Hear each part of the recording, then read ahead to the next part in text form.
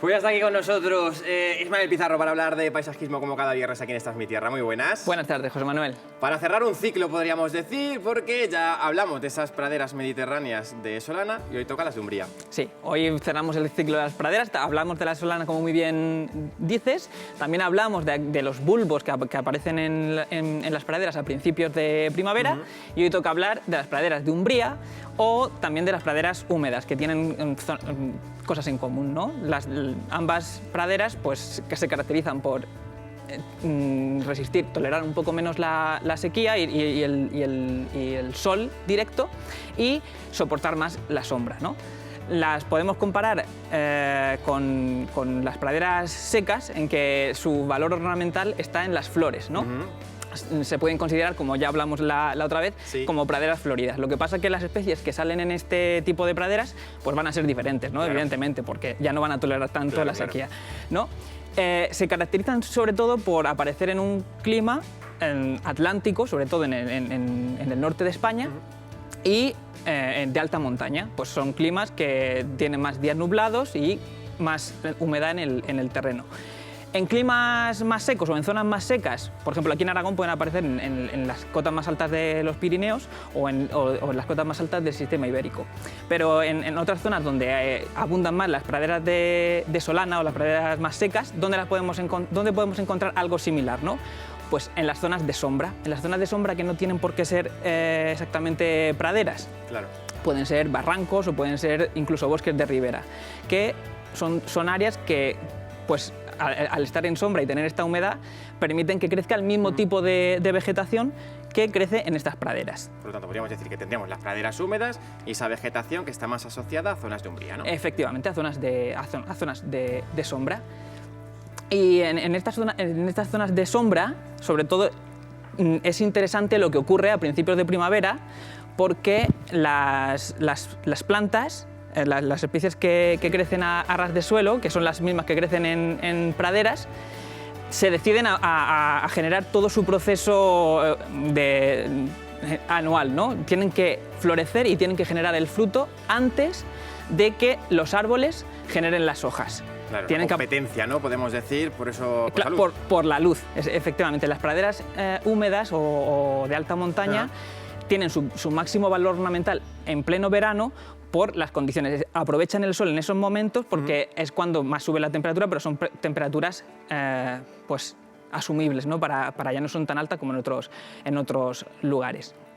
Y luego ya, cuando van completando el ciclo, estas plantas en las zonas de Umbría, los árboles ya van generando sus hojas, pero siguen teniendo estas zonas interés por las gramíneas que aquí crecen, ¿no?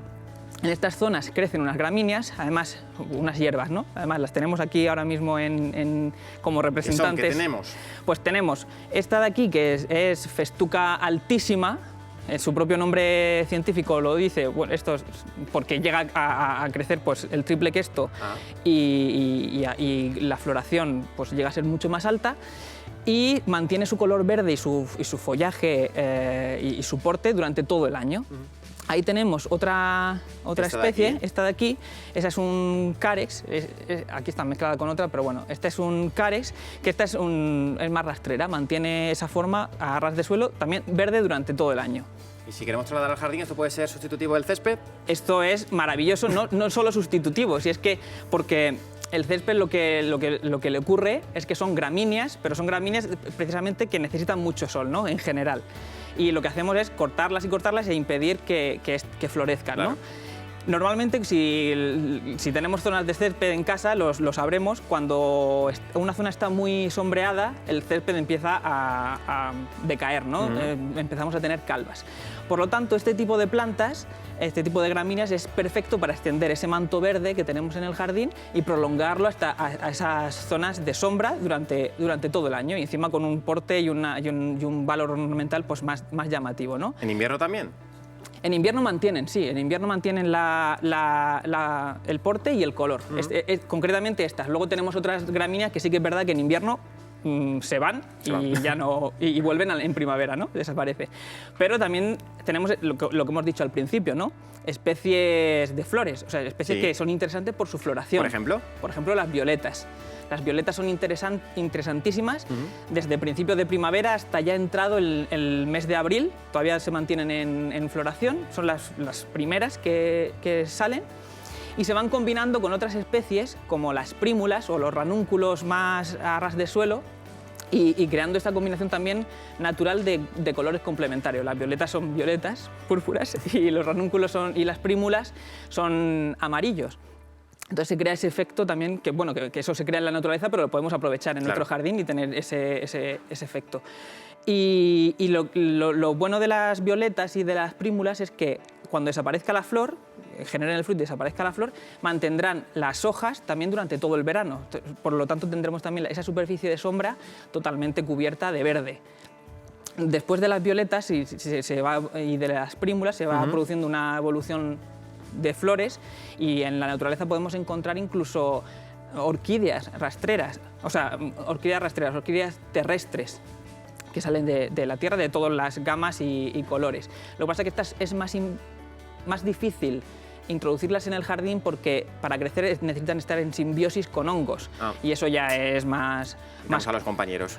Bueno, pero tenemos otras muy interesantes, incluso aromáticas e incluso comestibles, como el orégano. El orégano es tolerante crece en estos ecosistemas de sombra y de humedad, y también es tolerante a estos ecosistemas, y lo podemos tener en casa. Orégano, salvia, forma también praderas de color ya en pleno verano, ahora mismo las tenemos en flor, fresas silvestres y, casi para terminar, la reina de las praderas, ¿no? Por decirlo yo. Vamos a terminar el programa de las praderas con la reina, que es la filipéndula vulgaris, y le llaman la reina de las praderas, como vemos en la imagen, porque se presenta pues con su corona blanca como la reina, ¿no? Destaca entre toda en este tipo de praderas, pues con esa potente floración blanca y ese potente olor, porque huele muy bien esta planta. No solo valor ornamental, también para el olor. Muchas gracias, Ismael. El viernes más paisajismo. El viernes.